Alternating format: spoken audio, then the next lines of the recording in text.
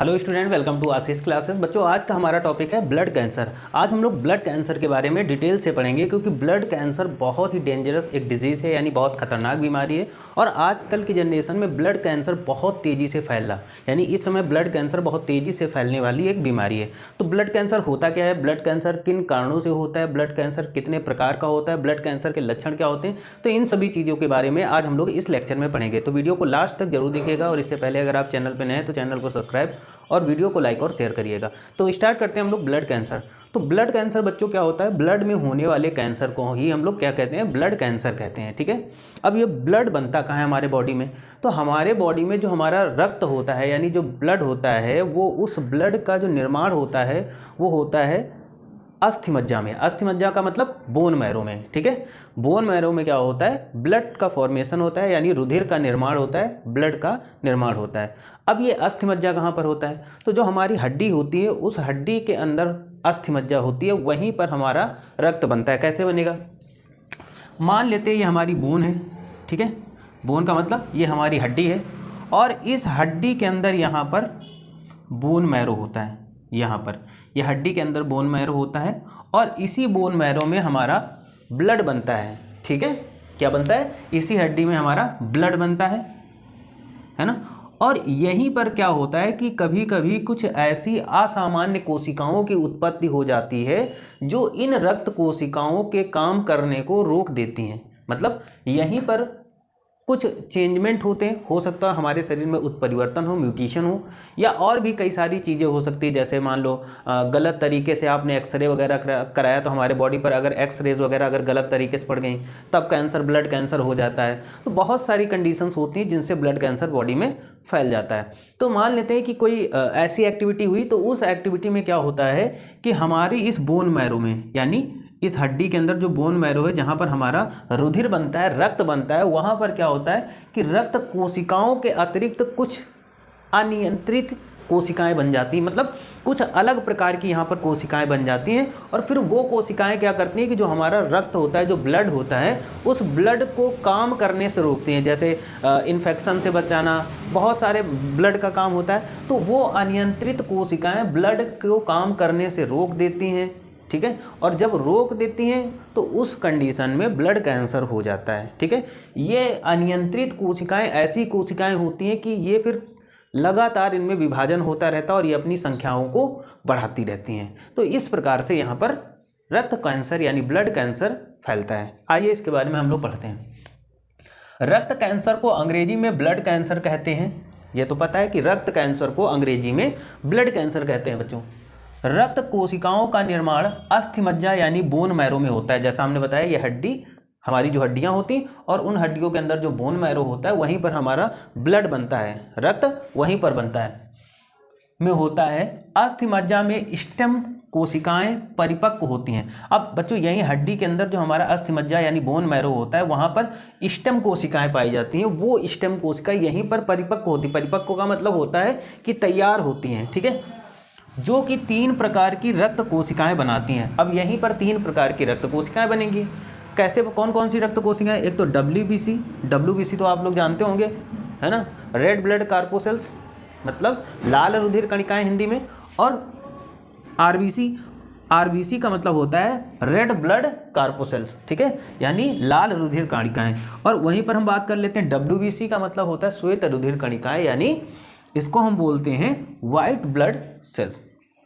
और प्लेटलेट्स होती हैं। तो बोन मैरो के अंदर ये 3 प्रकार की हमारी कोशिकाएं बनती हैं। यहाँ पर हड्डी के अंदर स्टेम कोशिकाएं होती है, और उस स्टेम कोशिकाओं से रक्त बनता है। लेकिन रक्त में 3 प्रकार की कोशिकाएं होती हैं, एक RBC, दूसरा WBC, और प्लेटलेट्स बनता है। प्लेटलेट्स का काम क्या होता है, तो प्लेटलेट्स का काम होता है ब्लड को जमने में सहायता करती है। कब, जब हमें चोट लग जाती है और हमारे शरीर से रुधिर बाहर निकलता है। ठीक है, तो वहाँ पर ये प्लेटलेट्स हमें सहायता करती हैं। लेकिन अब जब यहाँ पर असामान्य कैंसर कोशिकाएं उत्पन्न हो जाती हैं, कैंसर कोशिकाएं मतलब अचानक से कुछ नई चीज़ बन जाना, तो यहाँ पर अचानक से नई कोशिकाएं बन जाती हैं, जिनको हम लोग कैंसर कोशिकाएं कहते हैं, और इनमें अनियंत्रित विकास होता है। मतलब ये तेज़ी से अपनी संख्या को बढ़ाती रहती हैं, तो ये इनके काम को रोक देती है। जैसे WBC का काम अलग होता है, और आरबीसी का काम अलग है। डब्ल्यूबीसी का काम होता है कि बाहर से आने वाली इन्फेक्शन या हमारे शरीर के प्रतिरक्षा तंत्र को मजबूत बनाना। बाहर से बैक्टीरिया, फंगस, ये सभी चीज़ें जो हमारे शरीर में जाती हैं उनसे डब्ल्यूबीसी क्या करती है, फाइट करती है,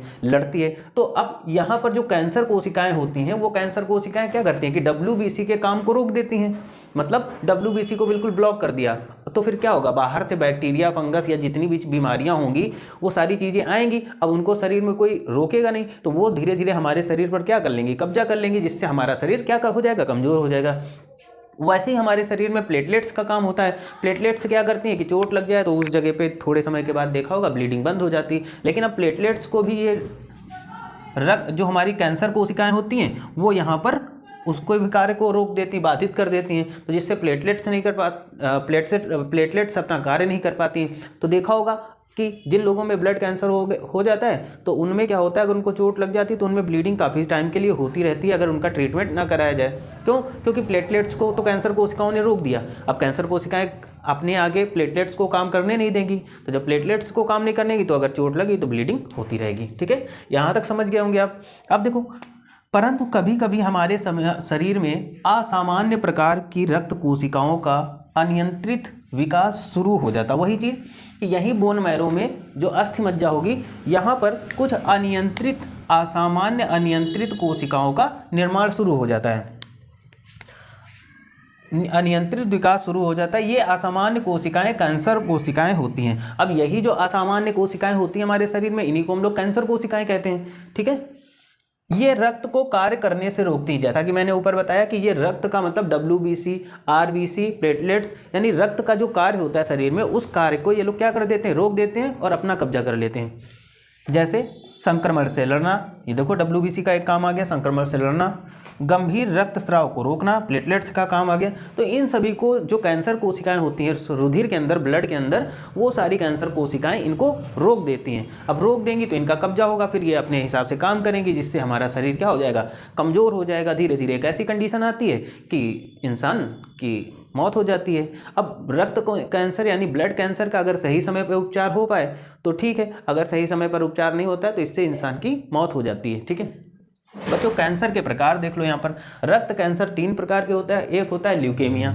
ल्यूकेमिया को हम लोग ब्लड कैंसर बोलते हैं, या ब्लड कैंसर को हम लोग ल्यूकेमिया भी बोलते हैं। ठीक है, तो ल्यूकेमिया आजकल कॉमन है, मतलब सबसे ज़्यादा अगर जो इंसानों में फैल रहा है वो फैल रहा है ल्यूकेमिया। ठीक है, तो ल्यूकेमिया सबसे ज़्यादा फैलने वाला कैंसर होता है। उसके बाद में हम बात करते हैं लिम्फोमा। तो लिम्फोमा ये भी रक्त कैंसर यानी ब्लड कैंसर का एक प्रकार होता है जो लिम्फ पर अटैक करता है। ठीक है, उसके बाद में तीसरा आ जाता है माइलोमा। ठीक है, तो ये 3 प्रकार का ब्लड कैंसर यानी रक्त कैंसर होता है जो कि इंसानों में पाया जाता है, जिसमें से ल्यूकेमिया आजकल कॉमन है। ठीक है, अमेरिका वैसे देशों में तो इनको कॉमन माना गया, लेकिन वहाँ इलाज है इसका, लेकिन हमारे यहाँ भी पूरी तरीके से इसका इलाज नहीं। अब देखो, रक्त कैंसर के लक्षण की बात कर लेते हैं। तो इनके लक्षण कैसे होते हैं, अगर किसी इंसान को रक्त कैंसर हो जाता है तो वो कैसे पहचानेगा। सबसे बड़ी चीज़ है बुखार आना और ठंड लगना। अब ऐसा नहीं कि हमेशा जब बुखार आएगा और ठंड लगेगा तो इसका मतलब रक्त कैंसर है। हाँ, लेकिन लंबे समय से, साल 2 साल से बुखार आ रहा है और हल्की हल्की हरारत सी लग रही, ठंडी लग रही, या फिर महीने, 2 महीने, 3 महीने, 4 महीने से हमें ठंडी लग रही, 5 महीने से, तो वहाँ पर हमें जाँच करानी चाहिए। इस कंडीशन में हो सकता है और रक्त कैंसर के चांसेस हों, लेकिन ज़रूरी नहीं कि ठंडी लग रही और बुखार आ गया तो हमें रक्त कैंसर ही है। चांसेस होते हैं, है ना। ऐसे में जांच करानी चाहिए, जांच कराने पर सारी चीज़ें क्लियर हो जाती। ये लक्षण है, जो लक्षण है वो मैं आपको बता रहा हूँ। जरूरी नहीं कि इसकी वजह से आपको ब्लड कैंसर ही हो सकता है, और भी वायरल इन्फेक्शन हो जाए। ठीक है, लगातार थकान और कमजोरी, हाँ ये भी एक सिम्टम्स हो जाता है, ये भी एक लक्षण होता है रक्त कैंसर का। मतलब साल 2 साल से आपके शरीर में बिल्कुल कमजोरी टाइप की लग रही, बहुत लंबे समय से आपके शरीर में अगर कमजोरी लग रही तो वो, और थकान सी रहती है, तो उस कंडीशन में आपको रक्त कैंसर हो सकता है। अब कमजोरी का मतलब ये नहीं होता है कि हम खेतों से काम करके आए, या हम सुबह ड्यूटी पर गए, पूरा दिन काम कर दिया, हमारे शरीर में थकान आ गई तो उसकी वजह से रक्त कैंसर हो जाए, वो नहीं। हम हेल्दी हो, मतलब ऐसा व्यक्ति जो हेल्दी है लेकिन फिर भी उसके शरीर में कमजोरी टाइप की, थकान टाइप की लग रही है, तो उस कंडीशन में उसको जाँच करा लेनी चाहिए। हो सकता है उसमें कैंसर के चांसेस हो थोड़े बहुत। ठीक है, रात में पसीना आना। अब रात में पसीना आना, कभी बहुत समय से व्यक्ति को रात में पसीना आ जाए अचानक से, तो वो वहाँ पर उसको जांच करानी चाहिए, वो भी एक रक्त कैंसर होने का लक्षण है। उसके बाद में हम बात करते हैं बार बार संक्रमण होना। अगर किसी चीज़ का बार बार संक्रमण होना, जैसे बार बार खुजली लगना, है ना, अभी खुजली की दवा, स्किन पे दाने बार बार पड़ना, 1 महीना हुआ दवा ले आए लेकिन फिर जैसे दवा बंद हुई फिर इन्फेक्शन उसका हो गया, ऐसे अगर कई सालों से इस टाइप की अगर डिजीज़ है, ऐसी कोई बीमारी है शरीर में, तो उस कंडीशन में जांच कराना चाहिए। हो सकता हो वहाँ पर कैंसर के चांसेस हो या हो सकता हो ना हो, ठीक है। उसके बाद में पेट की परेशानी। अब देखो पेट की परेशानी होती है, ये एक कैंसर का लक्षण है, लेकिन और भी कई सारे लक्षण हैं। अब पेट की समस्या में कुछ अलग टाइप की प्रॉब्लम्स अगर आ जाती हैं तो ऐसी कंडीशन में जांच से पता चलता है कि क्या आपको कोई नॉर्मल समस्या है या लीवर से संबंधित प्रॉब्लम है या फिर आपको रक्त कैंसर के सिम्टम्स हैं। तो ये लक्षण भी हमारा रक्त कैंसर का होता है बच्चों। सांस लेने में कठिनाई होना, सांस लेने में कठिनाई होना, अगर बहुत ज़्यादा सांस लेने में कठिनाई हो रही है, अब ऐसा नहीं कि अस्थमा का पेशेंट है उसको कैंसर हो गया, लेकिन हाँ कभी कभी कभी कभी कैंसर वाले पेशेंट में ये लक्षण दिखाई देते हैं, ठीक है। तो सांस में अगर लंबे समय से सांस लेने में आपको कठिनाई हो रही है, ऐसी कोई समस्याएं चल रही हैं, तो आप जांच के माध्यम से उसको देख सकते हैं। सारी जांचें अवेलेबल हैं। गर्दन में सूजन रहना, बहुत समय से गर्दन में सूजन रहना, साल 2 साल 3 साल 4 साल 5 साल 6 साल, ऐसे 8 साल 9 साल, या फिर शरीर में कोई बर्ड निकलना आना, फोड़ा फुंसी निकला है, कोई गांठ टाइप की शरीर में पड़ जाए, है ना, अगर आपके शरीर में गांठ पड़ गई और वो लंबे समय तक है, साल 2 साल 3 साल 4 साल से, तो उस गांठ में कैंसर बनने के चांसेस हो सकते हैं, ठीक है। क्योंकि गांठ तभी बनती है जब वहाँ पर उस एरिया में हमारी अनियंत्रित कोशिकाएँ में वृद्धि होती है, ठीक। तो यहाँ पर हो गया गर्दन में सूजन आना। जोड़ों में दर्द होना। अब जोड़ों में दर्द होना का मतलब ये नहीं पेशेंट गठिया भाई जिसको उसको भी कैंसर हो गया, है ना।